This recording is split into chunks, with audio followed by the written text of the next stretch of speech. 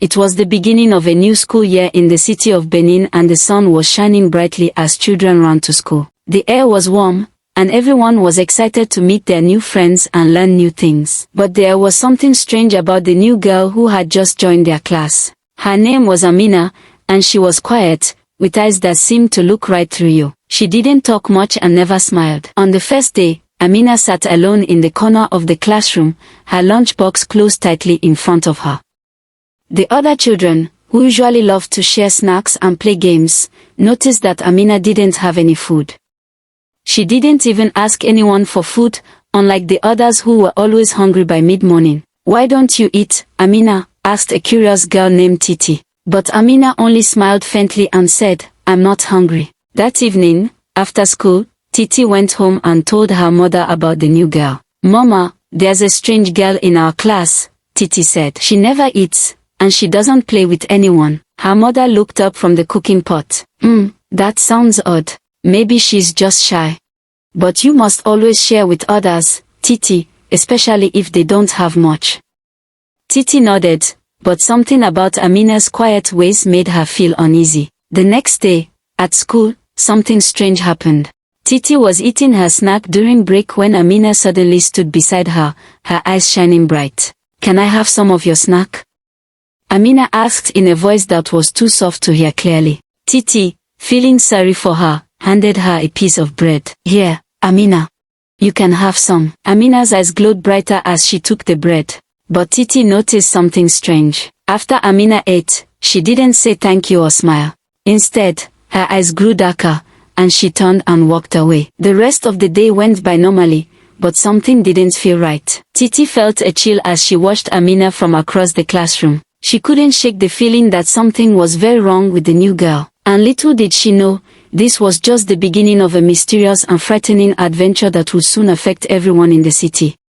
The next morning, the sun rose as bright as usual, but something strange was happening at JP school. Little by little, students started acting different. At first, no one could understand why. Titi arrived at school, excited to see her friends, but when she walked into the classroom, she felt a sudden shiver run down her spine. Everyone was sitting quietly at their desks, staring blankly ahead. There was no usual chatter, no laughter, no excited conversations about snacks or games. It was like something had stolen all the fun from the school. Then, she noticed something odd. Rita, one of the youngest girls in the class, was sitting in the front row, her face pale and tired. Rita never looked like this before. She was always full of energy and laughter. But today, she just stared at her empty desk, her hands clenched tightly. Titi walked over to her and whispered, "Rita, what's wrong? You don't look okay." Rita blinked slowly, like she was waking up from a dream. I don't feel so good," she said, her voice weak. "I had a bad night. I keep seeing strange things in my sleep. Amina, she kept asking for my food." Titi was confused. "Amina, what does she have to do with it?" Before Rita could explain, Amina herself appeared at the door. She was standing there with that strange, unreadable look in her eyes. "Should help your friend, Titi," Amina said softly. "She needs rest." Titi felt a cold shiver again. Amina's voice was too calm, too smooth. She noticed how the other children stayed quiet, watching them, their eyes dull, as if they were in a trance. As the day went on, Titi saw that Rita had no energy to play. She barely moved or talked. It was as if Amina had taken all her spirit. At lunch, Rita didn't even ask for food. She just stared at her desk, her eyes blank. Something was terribly wrong, and Titi didn't know what to do. She had seen Amina eat nothing the day before. Was Amina somehow taking away the energy from the other children? That evening, Titi told her mother about Rita. "Mama, something bad is happening at school. Rita, she's acting strange. She doesn't even want to eat." Her mother looked at her carefully. "Titi, you must be very careful. There is an old story that says when a child refuses food or takes someone's spirit, they can cause great harm. That girl, Amina, she might be doing something like that." Titi's heart raced. Could Amina really be doing such terrible things? And if she was, what could Titi do to stop it? That night, Titi lay awake, thinking of Rita and wondering if tomorrow would be too late to stop whatever Amina was planning. The next day, Titi woke up feeling more uneasy than ever. She couldn't stop thinking about what her mother had said the night before. A child who refuses food or takes someone's spirit. The words echoed in her head like a haunting tune. As Titi prepared for school, her mother noticed the worry on her face. "Titi, are you feeling alright?" her mother asked gently. Titi nodded, but her mind was elsewhere. "Mommy, you said there's an old story about children who take things from others in order to harm them. Could it be true? Could Amina really be doing something bad?" Her mother sighed and sat down beside her. "Well, my mother once told me stories about things like that. Long ago, there were tales of children who came to our villages and took away the joy from others. Some even killed the victim. They would visit homes where families didn't have enough to eat, and in return, they would steal the happiness from the children there. Some even said these children could take away their energy, making them feel weak and tired, just like Rita, your friend." Titi's eyes grew wide. "But what should I do, Mommy? How can I stop Amina?" Her mother placed a hand on her shoulder. "You must be careful, Titi. The only way to fight something like that is with prayerful and brave. If you show Amina that you are prayers, she might leave you alone. But if you are afraid, she will take that fear and use it to grow stronger. Talk to your grandmother, since she is more older and prayerful than I am. She might know more. She understands these old stories better than anyone." Titi wasn't sure if she understood everything her mother said, but she knew one thing for sure: she had to do something. That day, as soon as school was over, she raced home to see her grandmother, who lived in a small house 2 streets after their street. Her grandmother, Mama Aya, was a wise old woman. She had seen many things in her life, and Titi trusted her more than anyone. Mama Aya was sitting outside her house, spinning thread from a basket of wool when Titi arrived. "Grandma!" Titi cried out, running to her. "I need your help. Something bad is happening at school. There's a new girl named Amina, and she's taking away the energy from the other children. I think she's doing it on purpose." Mama Aya paused for a moment, her eyes narrowing with concern. "I had a feeling you might come to me, child. This Amina, you say she takes food from others and their spirit. That is a dangerous thing. The only reason she can harm you is because of my prayers," Mama Aya said. Titi nodded, her heart racing. "What can we do, Grandma? What can I do to stop her?" Mama Aya stood up slowly and went inside her cottage. She returned with a small old Bible and rosary. "This Bible and rosary holds the secrets to protecting you. It is a gift that my parents gave me while growing up. It holds the power to protect you from spirits who wish to harm you. If only you believe." Titi looked at the Bible and rosary in awe and took the rosary up and said, "Can it stop Amina?" she asked. Mama Aya gave her a knowing look. "The rosary will not stop Amina directly, but it will protect you. And when the time is right, the Lord will guide you. Only then you will know what to do. Remember, Titi, you must face your fear. Only then will you be able to stand up to the darkness that follows Amina." Titi felt a sense of hope rising inside her. She took the small Bible and rosary from her grandmother, holding it tightly in her hand. "Thank you, Grandma. I promise I'll be brave." "Be careful, my dear," Mama Aya said softly. "The path ahead is not an easy one." The next day, Titi carried the small rosary her grandmother had given her everywhere she went. It was tied around her neck with a thin string, hidden beneath her shirt, but she could feel its presence against her skin. It gave her a strange sense of comfort, as if it was reminding her that she was not alone, even if she had to face something as dark and mysterious as Amina. At school, everything seemed normal at first. The sun shone brightly, and the children gathered in the schoolyard, laughing and playing as usual. But when Titi entered the classroom, she immediately noticed something strange. Amina was sitting in her usual spot in the corner, her eyes half closed, staring at the blackboard. No one was talking to her. No one even seemed to notice her, except for Titi. Amina's gaze shifted towards Titi, and for a brief moment, their eyes met. There was something about Amina's eyes, dark, intense, almost like they were pulling Titi in, like a whirlpool. Titi felt a cold chill run down her spine. Amina stood up and walked toward Titi, her footsteps making no sound on the floor. "You have something," Amina whispered, her voice smooth and quiet. "I can feel it. You think that little charm will protect you." Titi's heart raced, but she stood tall, her hand gripping the rosary beneath her shirt. She had been warned by her grandmother. She had to be brave. "I don't know what you're talking about," she said, trying to sound confident, even though her voice trembled a little. Amina smiled, but it wasn't a friendly smile. It was the kind of smile that made you feel like something was wrong. "We'll see, won't we?" she said softly, and then she turned away and sat back in her corner, not saying another word. Titi sat at her desk, staring at Amina. There was something about her, something that didn't sit right in her gut. It was as if Amina didn't belong to the school, or even in the city. She wasn't like the other children.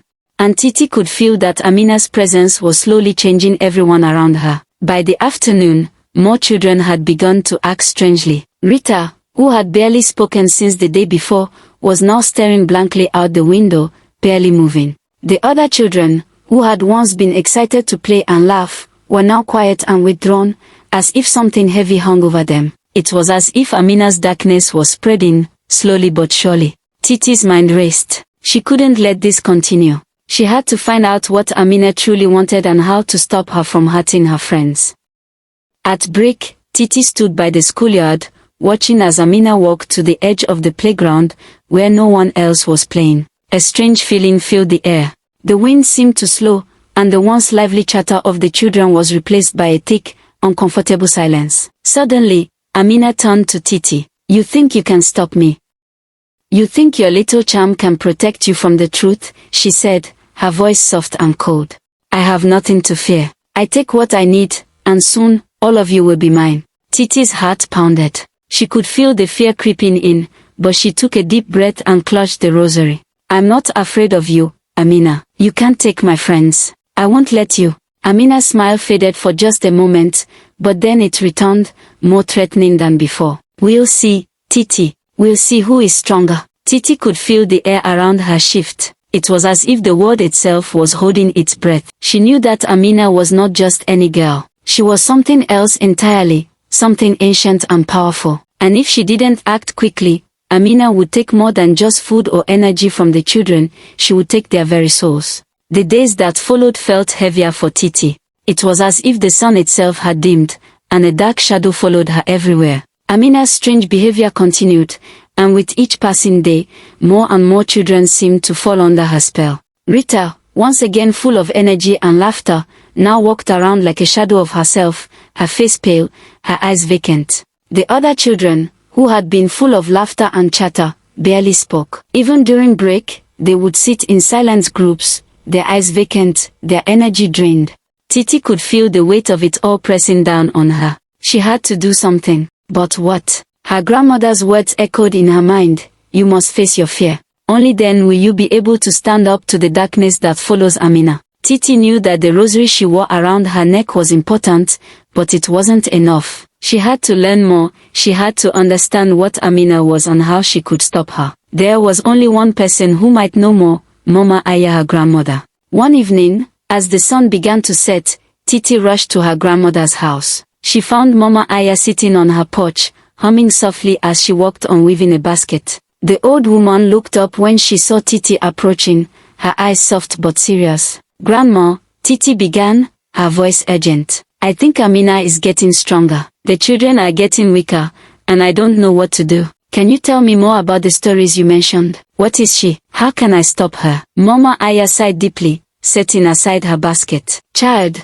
what you are dealing with is not just a simple girl. Amina is something ancient, something that has existed for a long time. She is not a normal child, but rather a spirit that feeds on the souls of those who are weak, those who have something to give." Titi listened carefully, her heart pounding. A spirit? But how can she look like a girl and go to school, if she is a spirit? "That is the trick, my dear," Mama Aya replied. "Amina appears as a child, and she uses the power of food and energy to control others. She feeds on the hunger and emptiness of the children who come to school without food or love. Once she gets close to them, she takes away their joy and energy, leaving them like lifeless dolls. She grows stronger with every child she possesses." "But why is she doing this?" Titi asked. "What does she want?" "She wants to feed," Mama Aya answered gravely. "Amina is not just after food, she feeds on more than that. She feeds on their spirits, their happiness, their energy. The more she takes, the stronger she becomes.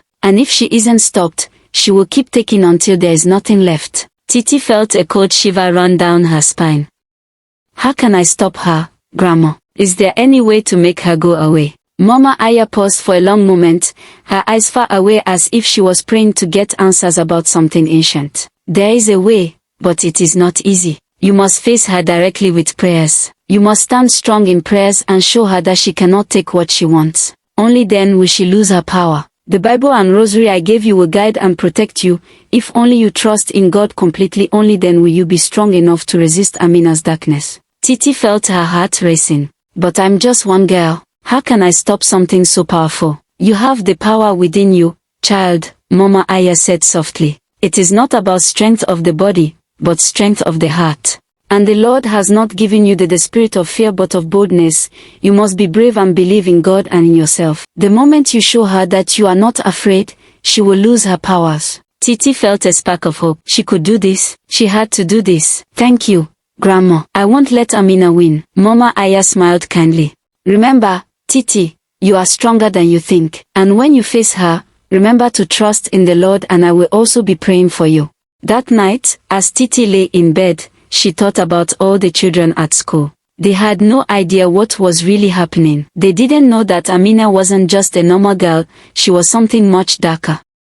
But Titi knew what she had to do. She would face Amina, and she would stop her before it was too late. The next day, everyone acted like nothing had happened. Rita and some other affected students were resting at home. The teachers said they had a fever, but Titi knew better. At break time, she followed Amina quietly. Amina walked slowly, as if she could hear everything, even thoughts. Amina went behind the school, to the abandoned classroom block. No one goes there anymore, because of too many snakes. Titi hid behind a bush. Amina took off her shoes and stepped inside. The air around her shimmered like heat. Then, Titi saw something that made her knees shake. Amina's shadow moved, on its own. It stretched and wiggled like a snake. Then it lifted off the ground. Titi covered her mouth to stop a scream. Amina spoke in a strange voice, more joy. I need more joy. The shadow opened its mouth wide and hissed. Titi stumbled back and stepped on a twig. Snap! Amina froze. Then slowly, she turned her head. Titi ran.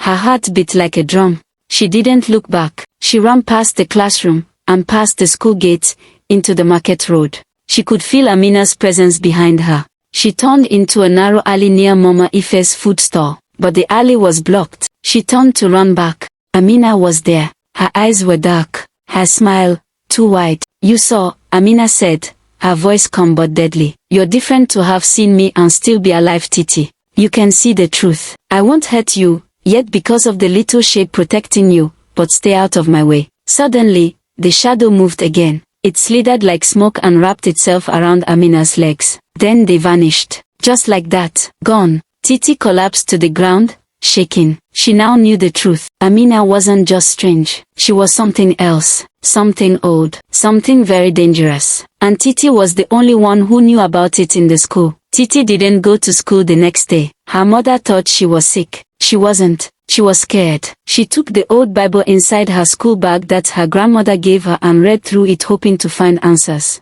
As she opened the Bible, the first place she came across was Exodus 14 verse 14, which says, "The Lord himself will fight for you. Just stay calm," and she felt some hope rise inside her. As she flipped through the Bible, she saw a small old prayer book inside the Bible. When she opened it, she saw a drawing that showed black-eyed children, just like Amina, with a write-up that said, "They come when children are happy, then slowly take away the joy of those whose parents are not prayerful until nothing is left and they are lifeless." At the bottom, it was written, "Only the light holder can stop them." A child with a pure heart who sees what others cannot. Titi felt her hands go cold. Was she the light holder? She thought of the voice that whispered at her window. She needed answers. She ran to her late father's altar behind the house. The place was full of cobwebs and dust. She lit a candle and said, "Dear God of my father, please, help me." Suddenly, the flame flickered and formed into a hand shape, and a voice came from the air. "The light is inside you, Titi. But beware, she is not alone." Titi returned to school. She needed to be brave. She acted normal,